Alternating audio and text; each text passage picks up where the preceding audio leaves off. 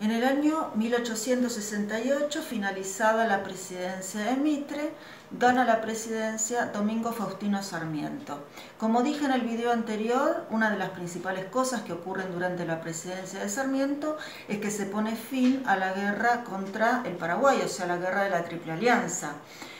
Sarmiento resuelve finalizarla y romper de esta manera el Tratado de la Triple Alianza porque Sarmiento tenía un gran cariño por Paraguay. De hecho, él elige Paraguay para vivir sus últimos años y morir. Así que con él se termina la guerra contra Paraguay. Otra de las cosas que va a hacer Sarmiento durante su presidencia es elaborar el primer censo que se hizo en la historia de nuestro país. Esto ocurrió en el año 1870. Ese censo arrojó que en ese momento en nuestro país había 1.736.000 personas, esto redondeado. Y de esa cantidad de personas, 211.000 eran extranjeros. Pero ese no es el dato más importante. El dato más importante es que del 1.736.000 personas, 1.100.000 eran analfabetas. De esta manera, Sarmiento nota que nunca íbamos a poder progresar con esa cantidad de analfabetos. Por eso es que Sarmiento es conocido en la historia como el presidente que más trabajo a nivel educativo realizó. A nivel educativo, entonces, antes de Sarmiento, 30.000 personas iban a la escuela y de 30.000 se pasó a 100.000 alumnos por año. Durante su presidencia se construyeron 800 escuelas, pero también se construyeron otras cosas que tenían que ver con la educación, aunque no fuese educación formal, como bibliotecas, el Zoológico de Buenos Aires, el Botánico, observatorios astronómicos y museos. También Sarmiento creó las escuelas normales. Las escuelas normales son las escuelas que forman maestros. Y hasta que los maestros se formaran, trajo maestros norteamericanos. Otra obra muy importante de la presidencia de Sarmiento fue el impulso que le dio a los ferrocarriles. Durante su presidencia se crearon varias líneas férreas. Por ejemplo, la línea del sur, que llegó hasta la localidad de Chascomús.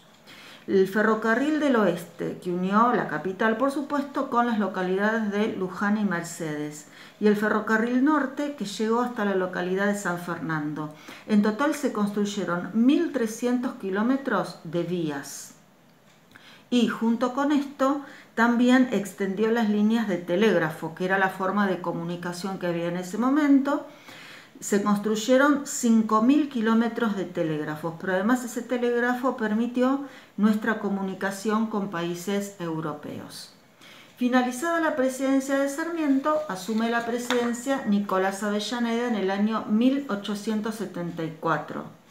Nicolás Avellaneda va a tratar de acercar a los dos partidos políticos o a las dos ideologías políticas que había en ese momento y que yo mencioné hace algunos videos atrás. Yo, cuando Buenos Aires se separa de la Confederación, había explicado que había dos posturas.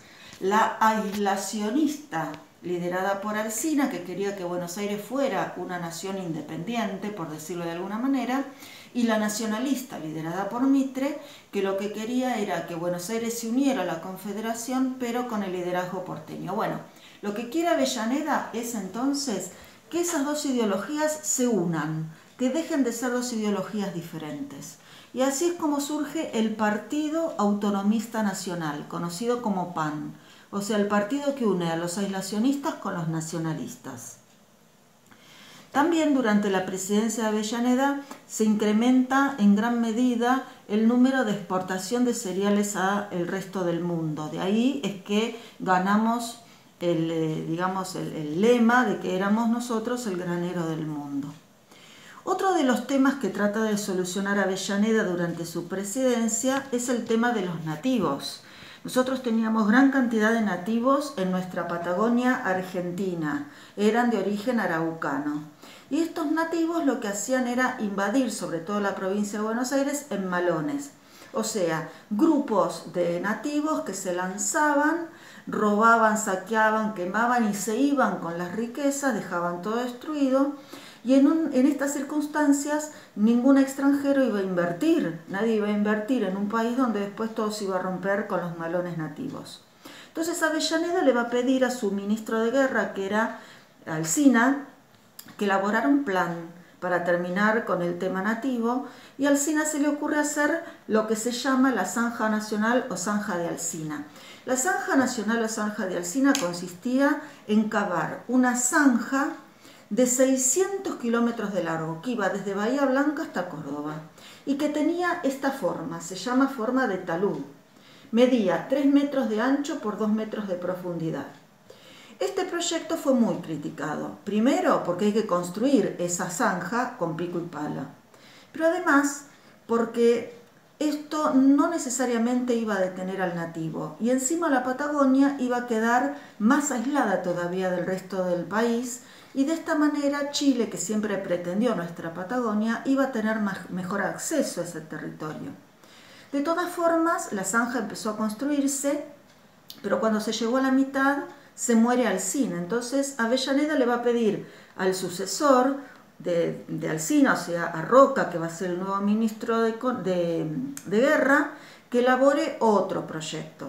Y a Roca se le ocurre el exterminio, o sea, vamos a terminar con todos los nativos.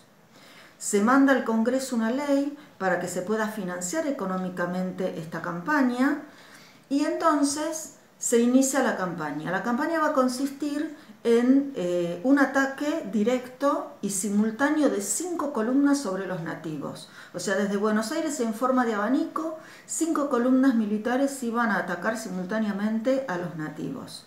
Esto hizo que en 2 años, de 1877 a 1879, prácticamente se extinguieran los araucanos. Los pocos que quedaron en reducciones. Nosotros los llamamos mapuches a los araucanos.